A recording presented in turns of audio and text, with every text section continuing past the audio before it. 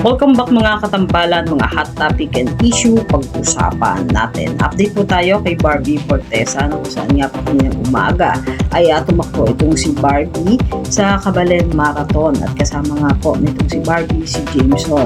At may mga photos nga po sila na ipinakita ng dalawa yung kanilang medal na nakuha na tumakbo nga sila ng 9.99 kilometer kaninang umaga at talaga namang active itong si Barbie at talaga naman pong active itong si Barbie sa ginagawa niyang pagtakbo lalo na sa pagsali sa mga foundation.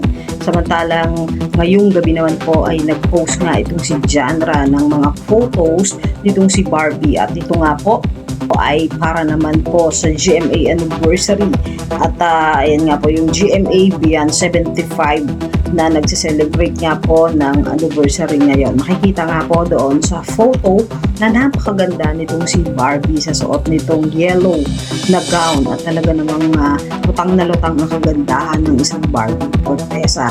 Makikita dito na talaga namang aurang-aura itong si Barbie sa kanyang damit at sa doon sa mga post niya at makikita naman talaga kay Barbie na napakaganda nito sa kanyang suot lalo na nga nang rumampa itong si Barbie Fortesa sa red carpet. Talaga namang napakaganda at lutang na lutang talaga ang kagandahan ng isang Barbie Fortesa. Yan po yung mga update natin ngayon kay Barbie. Kayo mga katambalan, ano ang masasabi nyo? Comment lang sa comment section at pag-usapan natin. Yan ang mga hot topic and issue dito lamang sa Tambalang Chicken.